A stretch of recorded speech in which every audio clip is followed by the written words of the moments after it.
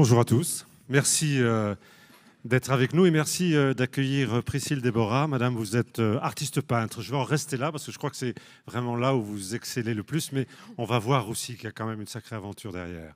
Et puis, je ne vais pas vous présenter Pascal Pic parce que tu es un compagnon fidèle d'une époque formidable et tu y apportes chaque année une contribution essentielle, une ouverture d'esprit qui est absolument nécessaire à notre réflexion. Voilà. Merci. Alors, on va démarrer effectivement par un premier thème qui, aujourd'hui, innover, ça veut dire quoi? Je ne sais pas si vous étiez avec nous l'année dernière, mais on s'est beaucoup intéressé sur et maintenant, on fait quoi?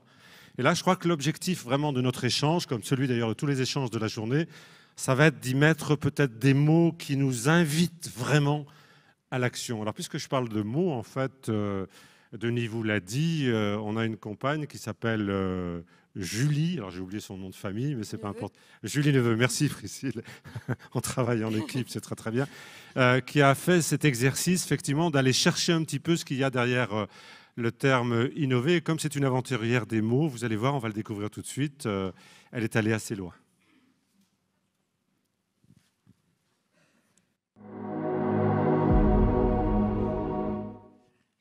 Alors, ce qui est très intéressant avec le verbe innover, c'est de regarder ses emplois différents au travers des siècles. Et en fait, le premier usage d'innover au XIVe siècle, c'est un emploi qu'on appelle transitif, c'est-à-dire où le verbe s'accomplit dans son objet. Donc, on innove une mode, on innove une coiffure. Et puis, au fur et à mesure que la science prend de l'importance dans notre société, on va innover tout court. Le verbe devient intransitif. Donc, on innove. Et innovant, être innovant devient une qualité en soi, une valeur, comme s'il n'y avait plus besoin de se confronter à un système déjà établi, mais qu'il fallait révolutionner tout à chaque fois. Et on arrive vraiment à l'aboutissement de ce processus avec la possibilité de dire qu'une personne humaine, un être humain, est innovant. Il faut être innovant. Et voici une injonction très très récente, vraiment de la fin du XXe, début du XXIe siècle, où être innovant, eh bien, c'est le même champ lexical. Vous savez que être disruptif, faire bouger les lignes, comme si donc il fallait à chaque fois produire du neuf à partir de rien. Or, ceci repose vraiment sur l'illusion que toute innovation est synonyme de progrès. Or, on sait bien que le progrès peut apporter la catastrophe, la régression. Donc finalement, il faut se demander si être innovant, la seule possibilité pour un être humain d'être toujours innovant, ne serait pas de renouveler le regard, puisque la seule chose qu'on est capable de faire en permanence, c'est d'avoir ce nouveau regard, un regard neuf sur le monde. Et dans ce cas-là, il faudrait tous qu'on soit un petit peu comme Miranda, le personnage de Shakespeare dans La Tempête.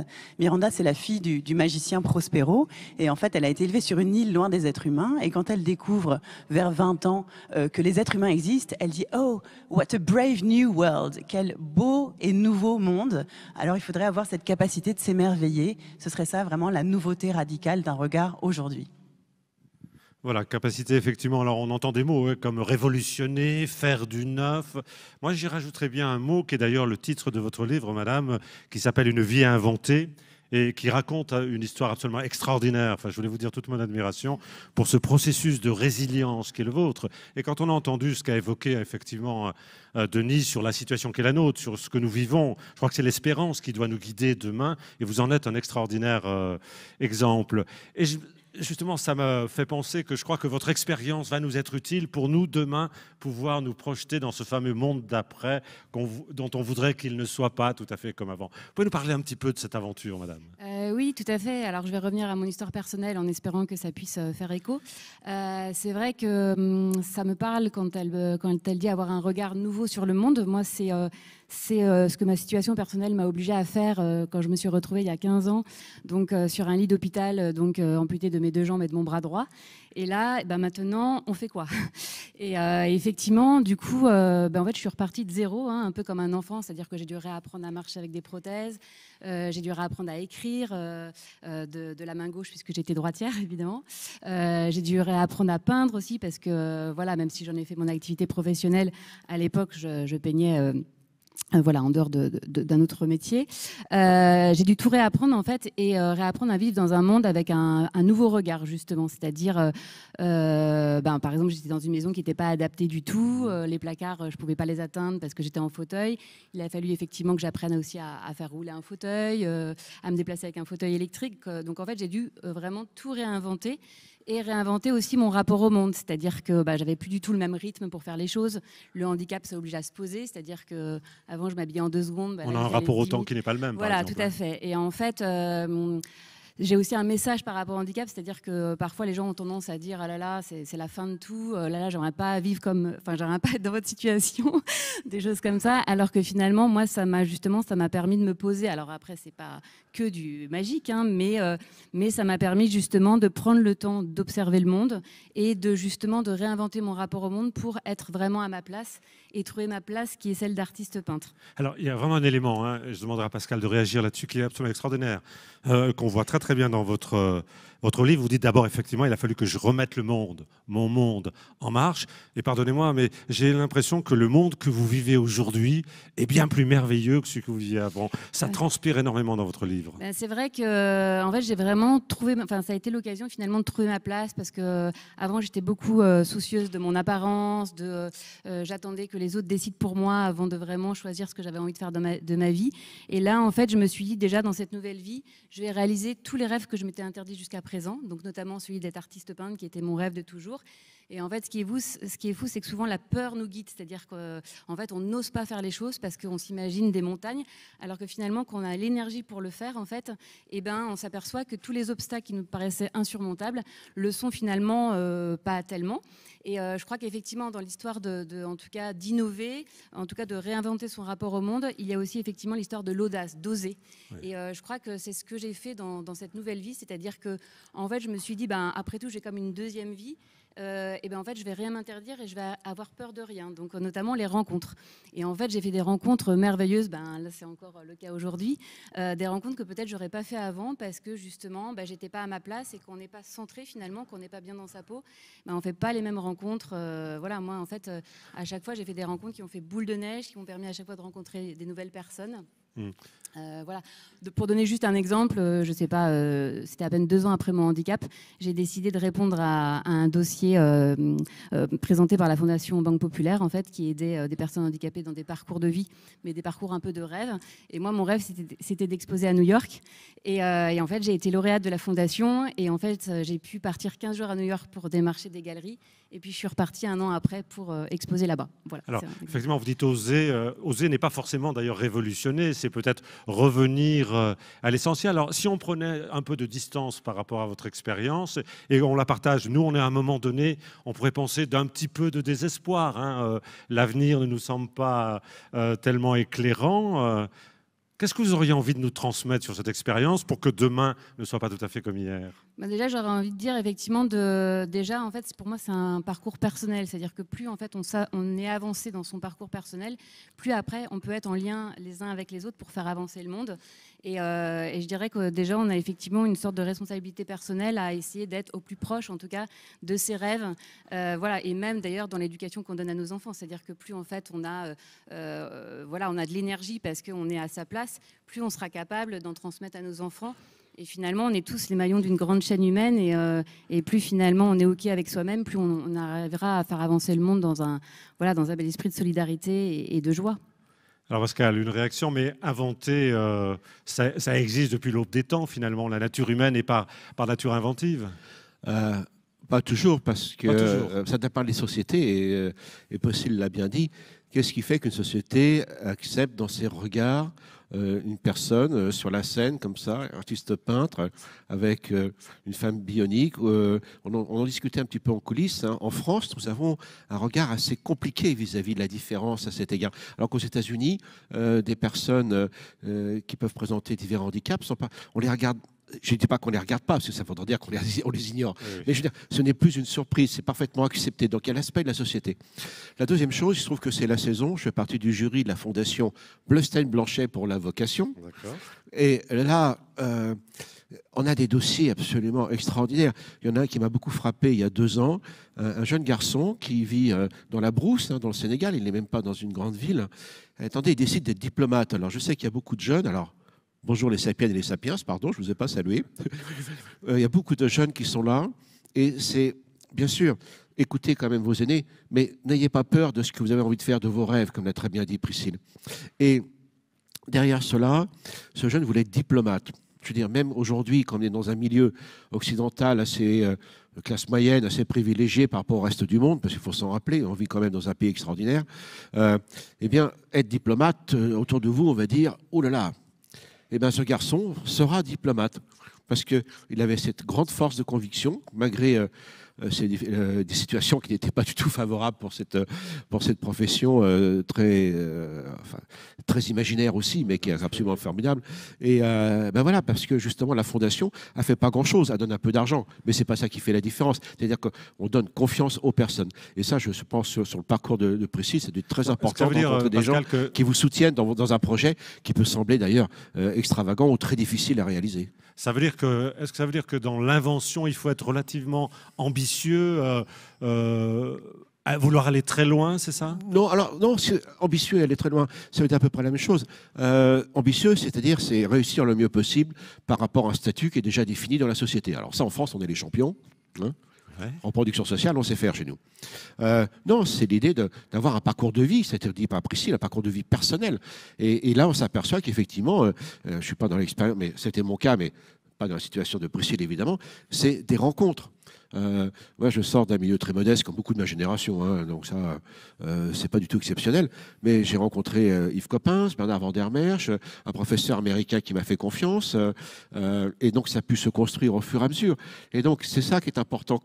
Il y a cette volonté personnelle très forte, s'engager sur un projet, et puis les écoutes de quelques-uns et de quelques-unes qui vont vraiment vous permettre de vous engager, quelles que soient les difficultés, et il y en a beaucoup parfois, celles que j'ai eues ne sont pas celles de Priscille, c'est une évidence, mais les parcours ne sont pas toujours très faciles, il y a toujours des choses inattendues, et puis des choses auxquelles on ne pensait pas. Mais vous savez, toutes nos vies, hein, ça a été souvent que des occasions qu'on n'a pas vues. Et qu'est-ce qui fait que la société permet de les réaliser? Et ça, c'est la belle expérience de Priscille. Et dans la vocation donc, que j'évoque, quand même, 650 candidats, 700 candidats depuis 30 ans, mais dans des orientations, des projets qui sont de l'ordre de ce qu'a fait Priscille, vous voyez, dans tous les domaines. Et là, il n'y en a pas une qui a échoué dans sa vocation. Vous voyez, c'est ça la chose quand même essentielle. C'est comment on a cette volonté intérieure et comment on peut rencontrer aussi quelques personnes ou des groupes qui sont prêts à vous soutenir. Ils ne vont pas le faire pour vous, mais à vous soutenir et à avancer. Oui, c'est ça, c'est en fait passer aussi de la dimension individuelle à une dimension collective, bien sûr, que favorisent effectivement toutes ces rencontres. Il y avait un terme auquel vous étiez relativement attaché, après on va essayer d'arriver à un autre thème, c'était celui de l'humilité en même temps. C'est pour ça que j'évoquais cette volonté absolument absolue, si j'ose dire, mais en même temps marquée par une forme d'humilité. Il me semble que vous dites à un moment dans votre livre, faire avec aussi ce que j'ai devant moi. Oui, c'est-à-dire qu'effectivement, déjà, le handicap m'a obligée à l'humilité, c'est-à-dire que quand, je ne sais pas, il y a des hommes qui se retournent sur votre passage en haut dragon et puis qu'après, le lendemain, c'est bon courage. Déjà, ça revient à une certaine humilité, voilà, d'accepter un changement de corps, un changement de regard et tout ça. Et en fait, l'humilité permet, je trouve, d'aller plus loin. Alors moi, je m'en sers aussi beaucoup dans ma pratique artistique, c'est-à-dire que souvent, quand je me mets devant une toile tous les matins, en fait, je fais comme si je ne savais pas peindre, comme si je ne savais pas où j'allais. Et en fait, je pars en fait, du geste et de la couleur et j'attends en fait que la matière fasse son effet et que tout d'un coup d'avoir des visions et tout ça. Et en fait, je me laisse vraiment porter par une aventure, par un grand voyage où je ne sais pas du tout ce qui va se passer. Et en fait, c'est ça que j'aime en fait en tant qu'artiste. C'est vraiment ce côté d'explorer, de ne pas savoir, de s'aventurer. C'est exactement ce que je fais aussi dans les rencontres. Voilà, c'est-à-dire que je me fixe des objectifs, mais après, je me laisse porter par les rencontres. Et nous, ça nous arrive beaucoup avec mon mari de partir comme ça en camion et au gré comme ça, voilà, au gré de la route. Et on fait des rencontres incroyables. Et pour moi, c'est ça la magie de la vie. Et effectivement, du coup, je trouve qu'il y a aussi l'humilité qui va avec, c'est-à-dire le côté de ne pas oublier que finalement, on est peu de choses, on ne sait pas. Et quand on ne sait pas, finalement, c'est là qu'on a une grande ouverture. C'est aussi valable, effectivement, dans notre société d'aujourd'hui, avec ce qui se passe avec le virus, avec ce qui se passe avec la nature. C'est-à-dire qu'on est très peu de choses devant la nature et je trouve que c'est bien de se le rappeler. Et voilà. Et parfois, je trouve que d'être prétentieux, ça, justement, ça enlève de l'ouverture d'esprit. C'est ça. Se remettre effectivement en situation d'apprentissage, mais garder quand même cette confiance, parce qu'on pourrait être dans un doute tellement fort qu'il serait inhibiteur. C'est ce que vous nous dites, hein, c'est ça? Moi, effectivement, mon histoire m'a vraiment appris la confiance. C'était vraiment quelque chose que je n'avais pas avant. Et la confiance en soi, la confiance dans les autres aussi, c'est quelque chose de primordial, effectivement. Et on peut pas avancer sans confiance, quoi. Mais ça sera peut-être pour la fin, je dirais. On va reparler, ouais, ça, vous êtes gentil, vous respectez ma progression, c'est très sympa.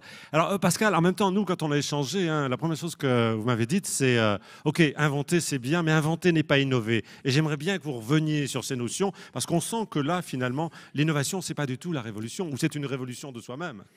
D'une part, et surtout, on vient de lâcher le mot, Priscille a lâché le mot de nature. Alors, la nature, la vie, pour faire simple, innove depuis 4 milliards d'années. Qu'est-ce que ça veut dire? Ça veut dire que sans projet, il n'y a pas de finalité dans la vie, il n'y a pas de téléologie, pas de théologie, de téléologie. Donc, vous savez, c'est cette partie de la philosophie qui s'intéresse au but, aux finalités. Et ça, c'est quelque chose qui passe très mal dans la plupart des cultures. Pourquoi y a-t-il du changement sans qu'il y ait de projet? Et il se trouve que nous avons basculé dans les mondes darwiniens en 2007. Ça, personne ne le dit, parce qu'il y a un gars qui arrive sur scène en janvier 2007 et il dit « I'm going to change the world ». C'est Steve Jobs avec un smartphone. C'est la majorité de l'humanité qui devient urbanisée et ça va continuer. Et troisièmement, c'est l'explosion de l'intelligence artificielle. Les trois en même temps, ça s'appelle les smart cities. Mais ce qu'on n'avait pas vu arriver, c'est un changement de modèle complètement hallucinant qui n'est encore pas compris de nos prospectivistes et de nos politiques, malheureusement. Les mondes darwiniens, c'est des mondes dans lesquels apparaissent de nouvelles idées ou de nouveaux caractères sans projet. Mais s'ils ne sont pas sélectionnés, ça ne change rien. S'ils sont sélectionnés, ça change le monde. Par exemple, quoi? Ça s'appelle en fait la contingence. Un des rares philosophes qui l'avait bien compris à notre contact, c'était Michel Serres, dont je salue la mémoire ici, c'était un grand ami. Donc c'est difficile à comprendre pour nous, cette articulation entre le fait que puissent émerger de nouveaux caractères sans projet et sélectionnés ou pas. Ben, c'est ce que font nos gènes, les mutations, c'est ce que font les combinaisons génétiques avec la sexualité. Dans les années 1970, on a compris que en fait, la sélection naturelle avait sélectionné ce qui faisait la variation. Et c'est pour ça qu'on est super mal à l'aise dans le monde qui vient. Et c'était dit dans la présentation que nous avons écoutée en vidéo, c'est pas hasard si le terme d'innover arrive à la Renaissance. C'est l'humanisme. C'est l'idée que l'homme peut transformer lui-même sa condition par rapport à sa condition de nature ou de création. Nous, les petits ennuis de Descartes avec la théologie. Et donc là, c'était ce grand projet qui d'ailleurs confondait invention et innovation. C'est-à-dire que nous, les humains, et ça a été comme ça jusqu'à la fin des années 1990. C'est-à-dire nous, les humains, nous assignons des projets de société, des projets qu'on appelle le progrès, sur lesquels on a déployé les infrastructures, la médecine, l'éducation, toute ma génération, les baby-boomers. C'était une évolution comme jamais. Et là, d'un seul coup, on est confronté, à partir des années 2010, à cette explosion darwinienne, bien compris. La théorie de Darwin, ce n'est pas toutes les bêtises que vous a racontées à l'école, hein, je peux vous le dire, c'est une théorie des variations. C'est pourquoi nous sommes tous différents les uns des autres, pourquoi certains caractères se diffusent, d'autres pas. N'allez pas chercher toutes les autres bêtises qu'on a dites. Non, mais il faut bien comprendre. C'est un aparté très important. Non, parce qu'on lâche le mot chez nous, c'est l'impression que c'est le loi du plus fort. Ça n'a jamais été ça. Hein, Darwin disait justement, pour faire écho à Priscille, ne dites jamais supérieur ou inférieur. Dans les mondes qui viennent, ceux qui se croient supérieurs, ou les civilisations qui se croient supérieures, ne vont pas durer longtemps. Ce monde change très vite. Et pour quelle raison?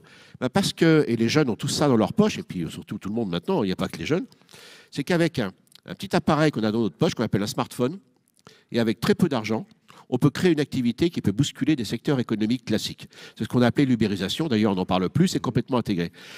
Et la Terre, pardon de vous troubler, elle est redevenue plate. Alors, vous allez dire, Pascal Pic, ça y est, il a dû tomber en arrivant sur scène. Non, pas du tout, je confirme. Vous comprenez bien ce qui se passe, mes chers amis. Il y a 10 000 ans, toutes les populations étaient des économies de chasse et de collecte, partout dans le monde. Parmi certaines régions du monde sont inventées les agricultures. Il n'y a jamais une seule fois une seule invention fondamentale. Parmi les agricultures, certaines grandes civilisations, la Chine, l'Inde, l'Europe, la Mésoamérique. Parmi elles, alors là, il n'y a que l'Occident, révolution, innover, Renaissance, Moyen-Âge, Renaissance et puis donc l'humanisme, pardon. Et là, donc, révolution scientifique et la révolution industrielle. Et quand le mur de Berlin tombe en 1989 et que le monde occidental pense être le meilleur des mondes possibles sur la planète, M. Francis Fukuyama nous dit que c'est la fin de l'histoire. C'est-à-dire qu'en fait, c'est le meilleur modèle possible, modèle libéral, démocratique, libre commerce, etc. Et on a vu, vous connaissez la suite, nous y sommes. Et d'un seul coup, pourquoi la Terre est redevenue plate? C'est parce qu'en effet, aujourd'hui, depuis 10 000 ans, partout dans le monde peuvent émerger des innovations qui peuvent changer le monde de demain. Et donc, on ne parle plus de progrès, ça a été dit d'ailleurs dans l'introduction, on parle d'innovation. Et donc, c'est pour ça que c'est un monde darwinien, c'est-à-dire que c'est un monde dans lequel apparaissent beaucoup de propositions, d'idées, de nouvelles idées. La culture entrepreneuriale, c'est une culture darwinienne. Hein, la culture des startups, c'est darwinien. C'est une culture d'essai-erreur. Vous voyez ? Donc, ça marche ou ça ne marche pas. Hein. Et c'est comme ça que, justement, nous sommes en difficulté, puisque une innovation, c'est-à-dire une émergence d'une invention ou d'une idée dans le monde, celle est sélectionnée par les réseaux, etc., et on n'est qu'au début, peut changer le monde. Donc, alors, c'est là que ça devient un petit peu fatigant, parce qu'on va où ? Ben, c'est là que doit s'articuler aujourd'hui pour le monde de demain cette possibilité d'une, comme disait Edgar Morin, d'une politique de civilisation, c'est-à-dire sur la terre-patrie, qui permet d'intégrer dans un projet commun de l'humanité, parce qu'en tout cas, les problèmes communs, on les a, hein, des règlements climatiques, biodiversité, mais comment mettre en place un projet commun qui tienne compte des diversités, des propositions de toutes les cultures possibles. Ça, c'est Lévi-Strauss. Voilà. Et ça, c'est la grande révolution. Et c'est pour ça qu'aujourd'hui, qu'on ne parle que d'innovation plus de progrès, parce qu'on sait que nous sommes les acteurs du changement sans forcément être dans une bonne vision claire de ce qui va se passer, parce que ça part de projets individuels, qui sont des projets... Et souvent, vous savez, surtout chez les jeunes, l'idée, la fièvre des startups, si je puis dire, ça part souvent de personnes, de jeunes et de seniors. Aux États-Unis, c'est les seniors qui créent le plus de startups. C'est-à-dire pour améliorer des conditions de la vie sociale, de l'entraide. On parle beaucoup d'aide et d'entraide aujourd'hui. Et donc, tout ça, vous voyez, c'est un changement extraordinaire qui ne remet pas en cause la politique, qui ne met pas en cause les grands projets de société, mais qui aujourd'hui sont complètement bousculés parce que les mondes de l'innovation sont des mondes de changement constant. Alors, je voudrais qu'on y revienne, effectivement. On va y revenir peut-être à travers encore votre expérience, parce que je voudrais qu'on approfondisse cette articulation. Quand est-ce qu'une innovation devient réellement un progrès pour la société ? Quand elle bénéficie à la société. C'est-à-dire, voilà. On a tous en tête les inventeurs incompris. Ben, c'est parce que leurs inventions n'ont pas été sélectionnées. Ce qui ne veut pas dire que l'invention n'est pas bonne. En tant que telle, en tant que telle, mais c'est la façon dont elle est. Mais elle n'est pas innovation tant qu'elle n'a pas été sélectionnée et rentrée dans la société. On va revenir. Parce que... c'est vrai que ça me fait écho en fait, entre cette histoire d'innovation et de progrès.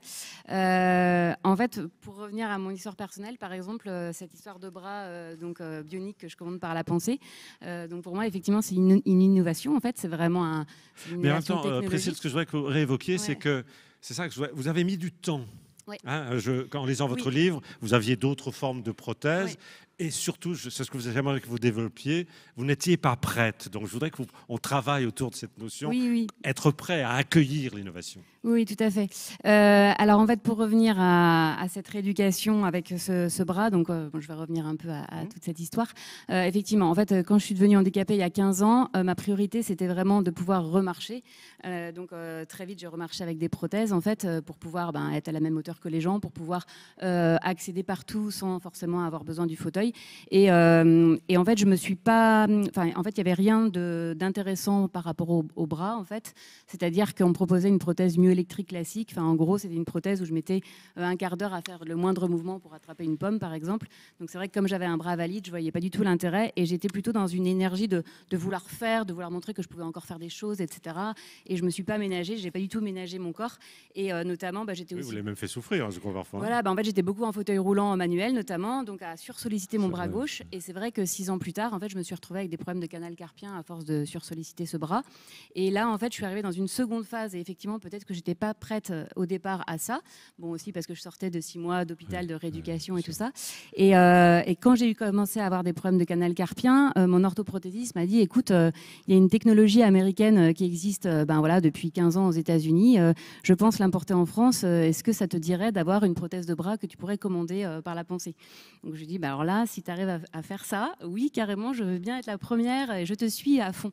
Et en fait, ça a mis quand même 5 ans à se mettre en place, le temps de trouver l'équipe médicale pluridisciplinaire à Nantes avec des chirurgiens qui ont été formés du coup à cette... parce qu'il y a une chirurgie en fait à la base, un centre de rééducation parce qu'après j'ai passé 2 ans à Nantes en rééducation.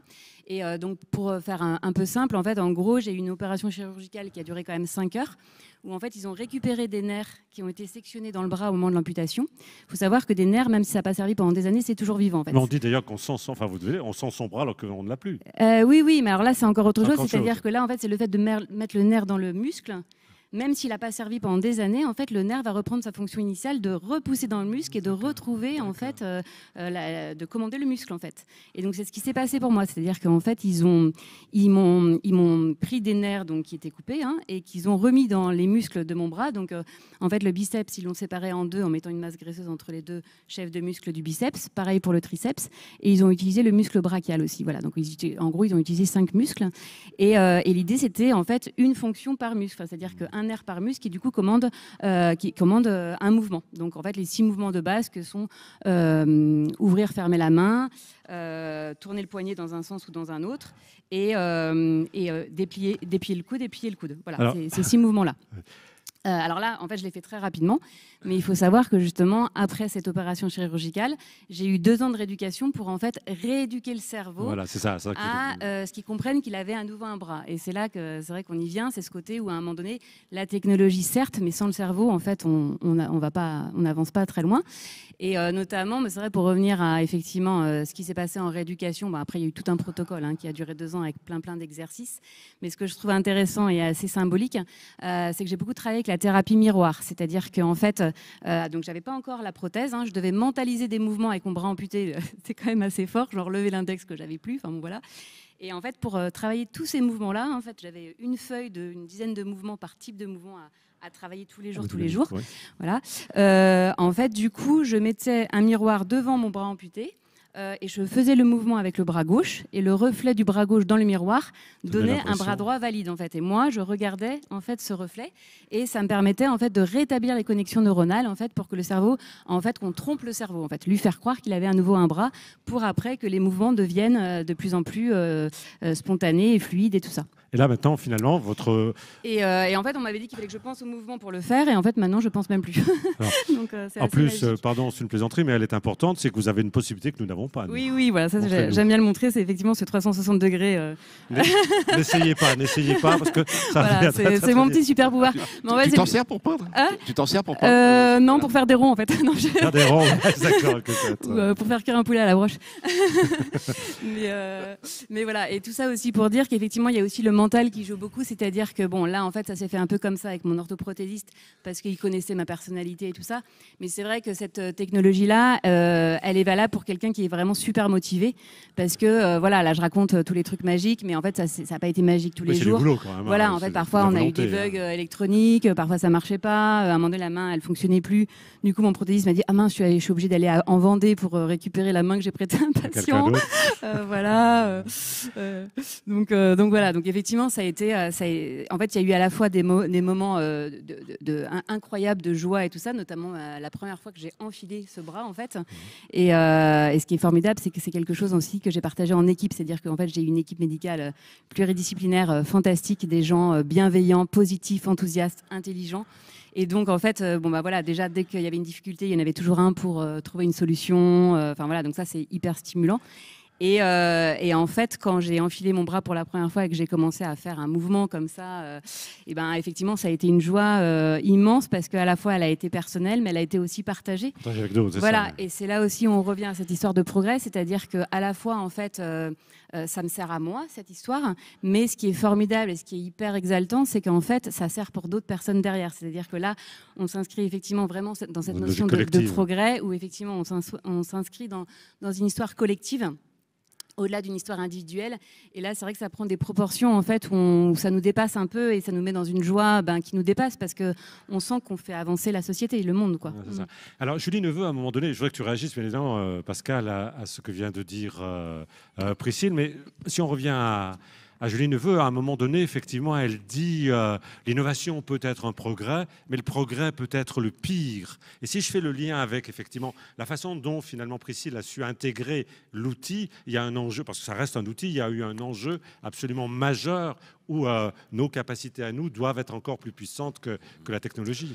Une chose sous contrôle de Priscille, c'est pas mon expérience, bien évidemment, c'est quand même cette incroyable aventure qui sera de moins en moins incroyable parce que l'expérience qui est la tienne, évidemment, va servir à tellement de personnes, notamment on pense au traumatisme de guerre, etc.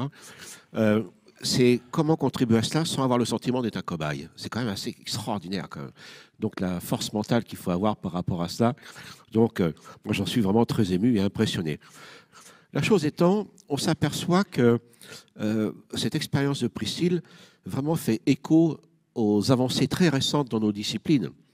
On a conçu, surtout en France, avec cette vision cartésienne, enfin, Descartes a rendu beaucoup de services, hein, c'est pas le corps et l'esprit. Mais pour revenir à ta question, au bout d'un moment, qu'est-ce qui fait qu'un nouveau paradigme qui permet de faire avancer dans la connaissance devient un blocage? Et le progrès, c'est exactement ce qui est questionné. Ma génération a connu en moyenne un progrès extraordinaire. Et au bout d'un moment, toute adaptation, il faut comprendre que c'est un compromis. On a toujours des effets négatifs sur l'environnement et l'entourage.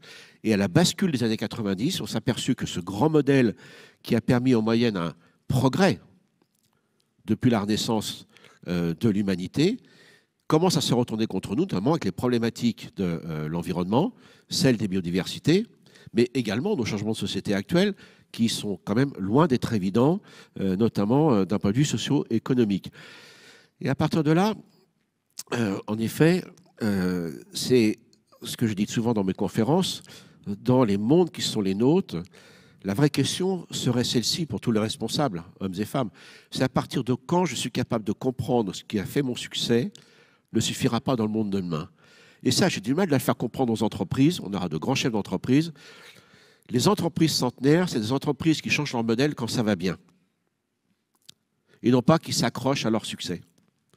C'est important de développer ça. C'est-à-dire, nous vivons sur les adaptations du passé. Et plus on a eu de succès, plus on a modifié l'environnement dans lequel on a eu du succès. C'est-à-dire qu'on regarde ce que l'on est en train de faire par rapport au passé. Et on l'entend bien dans les discours, face aux changements qui sont très rapides aujourd'hui, parce que la Terre est redevenue plate. C'est que, très clairement, les gens, d'un seul coup, qui sont inquiets par rapport au monde qui change, sans qu'on sache vraiment où ça va aujourd'hui, d'un seul coup, le passé est enjolivé. D'un seul coup, le passé devient « Ah, c'était mieux avant ». Retrouver les jours heureux. Ben, on ne les retrouvera pas, je peux vous dire, hein, qu'ils étaient heureux ou pas. Hein. On ne revient jamais en arrière.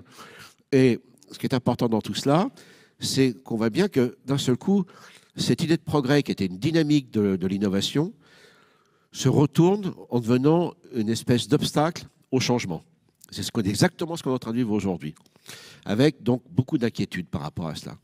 Et de ce fait, l'idée de progrès, et d'ailleurs elle a fait référence à une étude avec quelqu'un qui est souvent venu sur ce plateau, à l'époque formidable, qui est Étienne Klein, et puis Gérard Bronner, je ne sais pas s'il est venu. On va retrouver d'ailleurs plus tard dans la journée. Très bien, et donc ils ont fait une étude, ils ont regardé, et on s'aperçoit que l'usage, la fréquence de l'usage du terme progrès s'est effacée face à celui d'innovation. Donc c'est comme ça qu'on bascule du monde du progrès, qui est Jean-Baptiste Delamarque en France, qui est un immense biologiste bien sûr, au monde darwinien que j'évoquais, à condition qu'on les comprenne bien ce que c'est. L'autre chose qui est importante, c'est justement qu'on a bien compris que notre évolution, c'est des relations, des échanges d'informations co-constructives entre toutes les parties de l'organisme. Ce qu'on appelle le microbiote. Vous savez, on parle du second estomac qui est là, mais également, et ça c'est un exemple formidable que celui de Priscille, qui montre que les relations entre le corps et le cerveau sont des relations extrêmement complexes qui se co-construisent tout le temps, qui ne s'oublient pas complètement. C'est ça, cette résilience qui vient là, qui régresse. C'était le cas pour ça. Alors quand même, que les nerfs puissent redevenir actifs quand même après plusieurs années d'inactivité, c'est quelque chose que... Moi, je suis anatomiste. Hein, j'en ai fait des dissections aux États-Unis. Je ne vous dis pas, travailler sur l'anatomie, la biomécanique, la bipédie, justement. Et ça, c'est quelque chose que nous ignorions à l'époque. Et on voit bien qu'effectivement, en bricolant, alors le terme n'est pas du tout péjoratif, le terme n'est pas péjoratif, mais le bricolage, c'est en fait quelque chose qui est très important dans l'évolution. C'est comment combiner des choses qui existent déjà en mettant un peu de créativité, qu'on est capable de créer de l'innovation. Et là, on est vraiment sur un exemple absolument magnifique de bricolage, au sens où c'est pas du tout péjoratif. Les bricolages de l'évolution sont absolument sont clés, et ces bricolages, évidemment, nécessitent de bien comprendre ces relations extrêmement complexes, cerveau-corps, corps-cerveau, qui sont en fait des bouts d'interaction constantes et qui ont été retrouvés dans le cas de Priscille. Et ça, c'est fascinant. On va y revenir, hein, parce que c'est un troisième élément que je trouve très important. Vous avez bricolé ? En fait, non, mais je pensais à. Si vous pouvez avancer un peu le micro quand vous entendez. Oui, pardon. Je pensais à cette histoire effectivement de progrès et d'innovation, parce que j'avais pas fini en fait mon idée. C'était pour moi une innovation aussi va avec un progrès intérieur, c'est-à-dire que par exemple, moi en fait effectivement j'ai bénéficié de cette innovation, mais c'est pas déjà ça a pas été ma résilience, elle s'est fait bien avant. En fait, c'est pas l'innovation technologique qui m'a amené le parcours de résilience, c'est-à-dire qu'effectivement c'est d'abord un cheminement mental et personnel et effectivement de résilience. Par exemple, quand vous dites d'arrêter de penser à avant, moi, ça a été un vrai outil de résilience. C'est-à-dire que si j'avais commencé à penser à ce que j'étais avant et tout ce que je pouvais faire avant, c'était fini. Donc, en fait, vraiment me concentrer sur le présent et sur le futur, sur ce que je pouvais encore faire, ça a été vraiment un vrai outil, effectivement, qui m'a permis de devenir celle que je suis aujourd'hui. Et après, effectivement, pour moi, c'est pas la fin de quelque chose, le bras. C'est-à-dire qu'en fait, cette histoire de bras bionique, c'est toujours pour aller plus loin vers, effectivement, c'est comme les livres que j'ai écrits. C'est-à-dire que pour moi, c'est un parcours où en fait, voilà, on transmet des choses, on dépose des choses, et après, en fait, ça nous permet d'aller encore plus loin dans ce qu'on a envie d'être, dans ce qu'on a envie de transmettre et tout ça. Et pour moi, c'est important cette notion de progrès intérieur en fait. C'est toujours finalement le bras, c'est le début de quelque chose d'autre. Ouais, c'est ça. C'est aussi cet aller-retour aussi qui peut être intéressant effectivement entre la technologie et le cerveau, et aussi finalement avec le mental qui est toujours là. Voilà. Et puis effectivement, l'histoire des neurosciences, de dire à son cerveau que tout est possible. Moi, je m'en suis servi pour mon bras, mais je m'en suis servi pour tout mon parcours de résilience. C'est-à-dire qu'on se rend pas compte en fait le pouvoir qu'on a sur son cerveau. Si on se dit qu'on va passer une mauvaise journée, on va passer une mauvaise journée. Voilà. Et ça, c'est super important, et c'est un travail à faire tous les jours en fait. Alors plus collectif. Oui. Un exemple sur la question tout à l'heure, par ce que l'expérience de Priscille et d'autres, bien sûr, il est très clair que les transhumanistes ont un regard très fort là-dessus. Et le transhumanisme, évidemment, est quelque chose qui n'est pas un progrès. Ils sont dans une idéologie de progrès qu'on appelle le solutionnisme, c'est-à-dire l'idée que la fin de vie, les maladies, c'est des choses qu'il faut résoudre par les technologies, avec la recherche évidemment de l'éternité. Et ça, ce n'est pas un progrès. Ça, vous voyez, c'est une conséquence d'une idéologie mais amélioriste, technologique, technophile complètement hallucinée, et avec l'idée de se dire que, par exemple, toutes les expériences à tirer de ce qu'a connu Priscille ou autres, ça va nous permettre d'augmenter nos capacités alors qu'on n'a pas de handicap pour être plus fort que les autres. Et bien là, je ne suis pas sûr que le mental va suivre. Ça sera vraiment un progrès, oui. Donc, vous voyez, ce que tu disais sur le mental, la motivation, je pense que la recherche de performance, je pense, enfin c'est une question que je te pose, la question de performance pour être meilleur que les autres, est-ce que ça pourrait marcher dans un parcours comme le tien ? Moi, je trouve que la performance est intéressante dans un parcours personnel. En fait, la performance pour faire mieux que les autres. Justement, moi, ça a été mon défaut de ma vie d'avant, où j'étais dans quelque chose où il fallait toujours être meilleur que les autres, faire mieux. Enfin, j'ai une éducation aussi beaucoup portée là-dessus. Et moi, en tout cas, c'est pas ce qui m'intéresse. Moi, c'est vraiment un épanouissement personnel. Voilà, c'est pas une performance par rapport aux autres, c'est par rapport à moi-même, qui peut après effectivement être en échange avec les autres, quoi. Mais et par exemple, vivre très très vieille, c'est pas un truc qui me botte. Enfin, je veux dire, je préfère. Enfin, je trouve que c'est ça aussi la magie de la vie, c'est avoir une vie d'une certaine durée où du coup, justement, on sait qu'elle est courte, et profitons-en pour se dire de vivre chaque jour comme le dernier, parce que si tout d'un coup on peut vivre 200 ans, peut-être qu'on n'aura pas la même énergie. Et c'est voilà. sûr. Alors, troisième élément, et puis peut-être qu'on vous donnera la parole pendant 5-10 minutes juste pour avoir quelques réactions, parce que ce serait intéressant d'ouvrir le dialogue aussi avec vous. Mais il y a un dernier point, et je dois revenir à quelque chose que tu as évoqué précédemment. J'ai lu une chronique, je ne sais plus dans quelle revue, où d'ailleurs l'ami Étienne Klein était avec Delphine Orveleur et un certain nombre de chercheurs. Il disait finalement, pendant très très longtemps, on a cherché à créer des catégories, des divisions, ce qu'on appelle très souvent des silos. Et je me demande si innover demain, ça ne serait pas se réconcilier avec l'entité que nous sommes. Tu parlais de l'esprit et du corps, on le voit bien à travers votre exemple. Et on voit bien aujourd'hui l'idée de réintégrer l'homme dans le vivant. Est-ce que finalement innover demain, ça serait renouveler ce type de regard et reprendre contact avec le système dans lequel nous sommes ? On ne peut pas faire l'abstraction des technologies. Nous sommes, et la preuve, nous sommes une espèce très particulière, enfin une série d'espèces depuis 2 millions d'années. Nous coévoluons. C'est-à-dire que ce que nous avons compris ces dernières années, c'est que nous sommes, nous, les espèces humaines, alors nous, les sapiens aujourd'hui, mais Néandertal, et Homo erectus le premier, mais il y en a plein d'autres, nous sommes des espèces plastiques. Alors je dirais que le terme est à la mode. La plasticité, c'est bien vraiment ce qui a été employé dans l'aventure de Priscille. C'est que nous pouvons changer très rapidement d'un point de vue morphologique, qui est la taille et la forme, d'un point de vue physiologique, sur la santé, l'espérance de vie, et également sur le plan cognitif. Et tout ceci va être très lié, bien sûr, aux environnements naturels, ce qu'on a oublié ces dernières, surtout avec l'urbanisation. Alors ça, c'est vraiment un vrai problème, hein, c'est les enjeux de la ville de demain. Mais on l'a aussi complètement oublié, cette affaire-là, en ce qui concerne nos capacités de nous adapter. Et ça, c'est devenu quelque chose qui devient de plus en plus important, c'est comprendre que nous sommes très liés aux évolutions de nos changements d'environnement socio-culturels. Et l'urbanisation étant l'exemple clé aujourd'hui. Il y a une semaine, j'étais dans un congrès autour des allergies, par exemple. Et toutes les générations qui sont là sont en train de vivre de quelque chose qu'on n'a jamais connu dans l'histoire de l'humanité. C'est que nous changeons plus rapidement nos environnements de vie que nos systèmes immunologiques, comme pour parler des allergies, ne peuvent répondre. Donc, les allergies qui vont se déployer malheureusement, donc la Terre tousse, mais nous toussons de plus en plus, c'est en fait ce décalage entre la capacité de nos organismes de s'adapter à ces nouveaux environnements ou autres. Maintenant, inversement, on le voit bien, ben oui, mais regardez, les technologies peuvent nous aider. Donc on voit bien que, comme pour les transhumanistes, les technologies ne vont pas tout faire, et ceci participe évidemment d'une vision partagée de la société par rapport à ça. Ce qu'a fait Priscille, c'est formidable, mais si c'est pour servir des élites qui veulent s'améliorer, ça ne marchera pas. Et les technologies, d'ailleurs, les transhumanistes, on ne les voit pas beaucoup depuis qu'il y a le coronavirus au passage. Hein. Vous avez noté, hein, ils ont là... Profil bas. Parce qu'on ne pourra pas faire. On vit dans des écosystèmes, c'est exactement ce que vous disiez.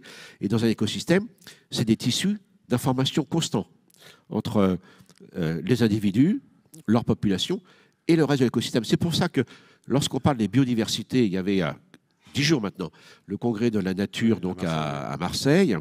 Et on a pris conscience de ça tardivement. Hein. Le GIEC a été créé en 1988 ou 89, si j'ai pas de mémoire, et l'IPBES, qui s'occupe de ces questions de biodiversité, a été créé en 2012 seulement. Et on s'aperçoit, alors il y a l'urgence climatique, mais il y a aussi une urgence plus vive aujourd'hui, qui est liée bien sûr au changement de climat. Et cette histoire de coévolution, de rapport à l'environnement, elle revient très fort. De la même façon que entre le cerveau et l'ensemble du corps, nous découvrons ces relations écosystémiques très complexes au niveau de l'individu, ben, elles existent dans la société et l'ensemble de l'environnement. Et c'est pour ça qu'une espèce qui disparaît, c'est embêtant pour l'espèce. Mais c'est beaucoup plus embêtant pour l'écosystème. Ça veut dire que toutes les relations qu'avait cette espèce dans l'écosystème fait que l'écosystème se fragilise. Et ça, il faut vraiment en prendre conscience, et c'est encore très très mal compris aujourd'hui. Donc c'est ça qu'on est en train de redécouvrir, mais attention, il y a eu quand même un avantage de ces silos interdisciplinaires. C'est qu'on a beaucoup progressé dans chaque discipline. Pour créer du lien. Mais dans chaque discipline, on a beaucoup progressé. Et malheureusement, les parcours universitaires ne le permettent pas. C'est-à-dire qu'on évaluait que sur sa discipline, ce qui est très bien, mais on voit bien qu'il y a nécessité de faire l'interdisciplinarité. Et ça, ce n'est pas reconnu, ce n'est pas valorisé. Et les grands enjeux d'innovation viennent de là. Si vous avez des avancées formidables dans vos disciplines, c'est très bien. Mais si ça ne bénéficie pas à l'écosystème de la connaissance et de la société, ça reste une invention. Vous avez avancé dans votre carrière, mais ça n'a pas bénéficié à la société. Donc c'est ça qu'il faut bien comprendre aujourd'hui. Capacité à s'émerveiller. Vous avez vu, Julie le dit, quand vous l'avez entendu, vous m'avez dit tout de suite, ça c'est un truc très important. C'est que aussi avoir, dans un contexte même qui n'est pas simple, avoir encore cette capacité à s'émerveiller. Stéphane Hessel nous disait, indignez-vous, mais peut-être s'indigner pour mieux s'émerveiller derrière. Oui, effectivement, pour moi, ça fait vraiment, c'est vraiment essentiel. Je dirais effectivement cette capacité d'émerveillement, de faire comme si chaque jour était un jour nouveau et revenir avec un regard d'enfant presque. Voilà. Et après, ne pas oublier aussi qu'on est tous en lien les uns avec les autres. Pour moi, ça c'est super important aussi. C'est quelque chose qu'on a vu évidemment pendant la situation de la crise sanitaire. Et pour moi, voilà, on ne peut pas avancer si on n'est pas connecté avec les autres. Tout seul, on ne fait pas grand-chose et à plusieurs, on déplace des montagnes et on a une émulation, une énergie qui est, voilà, moi en tout cas que j'ai notamment connu effectivement dans cette aventure médicale et qui a été au-delà de ça, puisqu'en fait après ça a été beaucoup relayé par les médias, les réseaux sociaux et tout ça, et en fait voilà, ça c'est vraiment très porteur. Favoriser la rencontre, disiez-vous, et puis transmettre aussi, parce que Voilà, finalement, ce qui est exceptionnel, c'est que, j'allais dire, vous vous livrez, mais dans une logique de partage. Oui, c'est-à-dire que, peut-être. En fait, il y a aussi ce côté où on est tous acteurs finalement du monde de demain. C'est-à-dire, c'est facile de dire les politiques, ils font pas ceci, ils font pas cela, mais en fait, finalement, c'est à chacun de se prendre en main. Et effectivement, dans le contexte.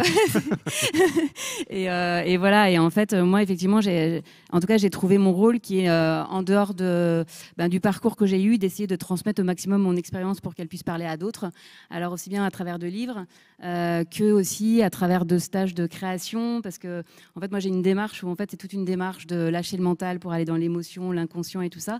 Et en fait, en fait, on s'en fiche si on dépasse, on s'en fiche si ça coule. Enfin voilà, c'est tout ce que la société nous inculque. Moi, je fais le contraire en fait en peinture.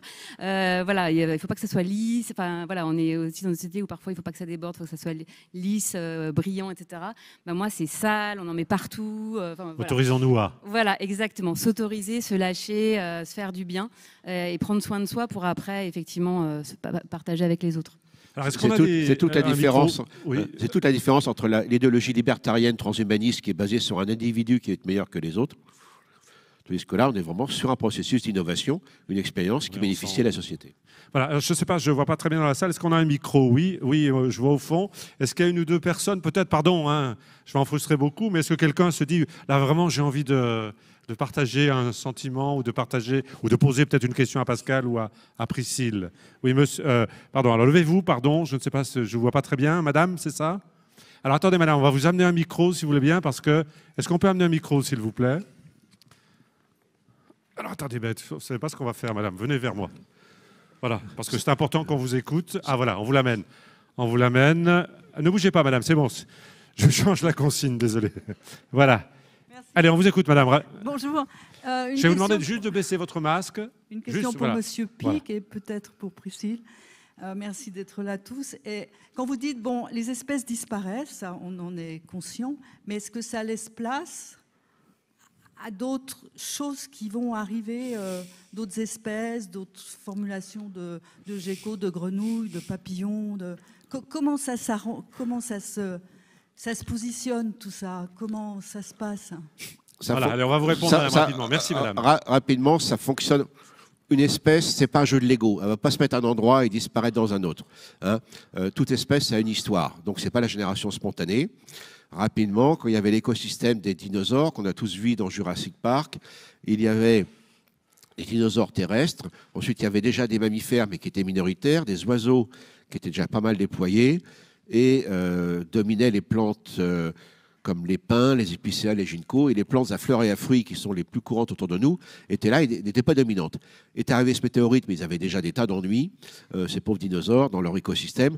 Mais le météorite, comme la Covid-19 aujourd'hui dans nos sociétés, a accéléré ce qu'on appelle les signaux faibles des tendances qui existaient déjà, et la sélection naturelle n'a rien créé. Elle sélectionne. Les mots ont un sens dans une pipe. Et derrière cela, qu'est-ce qui s'est passé? Ce changement d'équilibre a fait que ne sont pas apparus les mammifères, comme on le dit. Les mammifères existaient déjà, mais se sont déployés.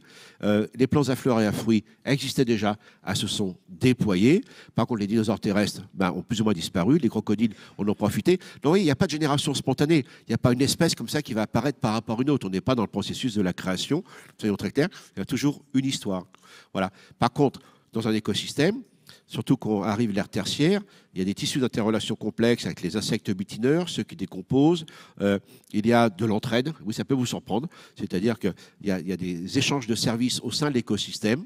Les espèces se rendent des services gratuits et inconscients, notamment pour féconder les plantes, ou quand les singes mangent des fruits, ils distribuent les graines et les noyaux avec leurs fesses, donc leurs excréments. Ils sont les jardiniers inconscients de la forêt. Et c'est pour cette raison que, vous voyez, ce tissu d'interaction ne peut pas faire qu'une espèce qui disparaît puisse être remplacée comme ça subitement par une autre. Mais si elle vient à disparaître, en effet, c'est l'ensemble de l'écosystème qui se fragilise. Donc, toujours, lorsqu'on parle de l'évolution des espèces, c'est un terme, ça veut dire qu'il y a toujours une histoire avec... maintenant, il y a des lignées qui disparaissent complètement, ça existe, mais c'est lié aussi à un écosystème qui se transforme complètement. Qui se modifie progressivement, régulièrement. Oui. Ça peut être brutal, quand même. Oui. Non, pas de commentaire spécifique sur ce type de questions, Priscille. Est-ce qu'il y a une autre personne? Je ne vois pas. Non? Bon, écoutez... Surtout se masquer, hein, c'est un peu flippant. Oui, hein. c'est peut-être un peu ça, oui, oui, tout à fait. Alors, peut-être il nous reste quelques minutes. Si finalement, à travers tout ce qu'on a évoqué, parce qu'on a été, je l'espère, assez riche dans nos échanges, Priscille, si vous aviez quelque chose dont vous vous dites, tiens, moi j'ai peut-être appris quelque chose de nos échanges et j'ai envie de le partager avec le public, parce que ça me semble essentiel pour demain. On ne l'avait pas préparé, celle-là. Est-ce que peut-être que Pascal, toi, tu te dis à travers... Le temps que Priscille... faire équipe. Mais Priscille, je vais partir sur un terme de Priscille, elle a dit, nous sommes retrouver l'esprit de l'enfance. Mes chers amis, mesdames et messieurs, nous sommes parmi un groupe d'espèces très rares, mais chez nous c'est très important. Nous pouvons apprendre tout au long des âges de la vie. Oubliez stupidement tout ce qu'on nous a appris. Si à 15 ans, tu n'as pas fait ça, tu ne seras pas scientifique ou tennisman, ou plutôt, c'est complètement crétin. Bien sûr, si on commence plutôt dans un exercice ou un art, ça facilite les choses, on pense à Mozart. Mais il n'y a pas que cela. C'est-à-dire que retrouver... Et vous savez, notre population vieillit, et je commence à rentrer dans cette partie-là.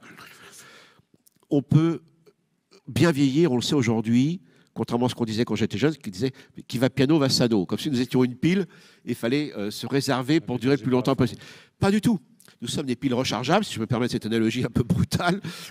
Et en fait, on s'aperçoit que mieux vieillir, c'est toujours continuer à maintenir nos fonctions. Ça ne veut pas dire qu'il n'y aura pas un petit déclin. Mais bien sûr, on vieillit. Et ça, c'est un changement radical. Et surtout aujourd'hui, dans le monde actuel, il y a beaucoup d'inquiétudes chez une partie des jeunes et des parents qui ont des enfants qui font des études. C'est quoi les métiers de demain? Pas de panique, de toute façon, vous ne les connaissez pas.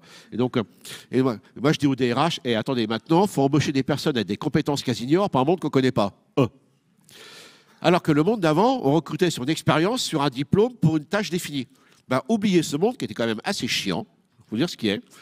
Et derrière cela, c'est ce qu'on appelle le paradoxe de Polanyi. Alors, il y a Karl Polanyi, qui est un grand économiste du milieu du XXe siècle. C'est son frère Michael. Donc, ils étaient à Londres, immigrés polonais. Et Karl Polanyi, je terminerai par ça, il disait ceci: nous avons tous beaucoup plus de compétences que nous sommes capables d'en dire. Alors, d'abord, d'en dire nous-mêmes, mais que la société nous permet de dire. Et je pense qu'à partir de là, Priscille a certainement beaucoup de choses à dire. Voilà. Priscille, alors. Non, en fait, moi, je finirais aussi sur que j'étais ravie d'échanger avec Pascal Pic, parce que, en fait, à vrai dire, je ne savais pas vraiment ce que c'était que ce métier de paléo-anthropologue. Du coup, j'ai lu beaucoup de choses. On s'intéresse à la bipédie, vous m'avez troublé. C'est ça. Et c'est très vaste, en fait. C'est à la fois philosophique, c'est à la fois sur l'histoire. Enfin, bon, c'est très complet. Et du coup, j'ai trouvé ça passionnant, en fait, de pouvoir intervenir auprès de Monsieur Pic. Donc, ça veut dire soyons curieux. Oui, c'est ça qui est génial aussi, effectivement. C'est, je ne savais pas que je serais là aujourd'hui. Enfin, voilà, c'est ce côté un peu magique, effectivement, des rencontres qui nous amènent à toujours réfléchir sur d'autres sujets et cet échange permanent, effectivement, et qui fait l'homme, en fait, qui fait la richesse de l'homme, hein, ce côté curieux tout le temps, qui nous amène toujours à réfléchir vers des nouveaux sujets, quoi. Voilà. Et pour terminer avec Julie Neveu, effectivement, on a renouvelé, à travers l'échange, on a renouvelé notre regard, et ce serait peut-être l'enseignement essentiel, être en permanence dans cette logique de renouveler notre regard. C'est ce que l'on vous souhaite, et vous allez d'ailleurs continuer tout au long de la journée. Merci à Pascal, merci à Priscille, merci à vous de nous avoir écoutés.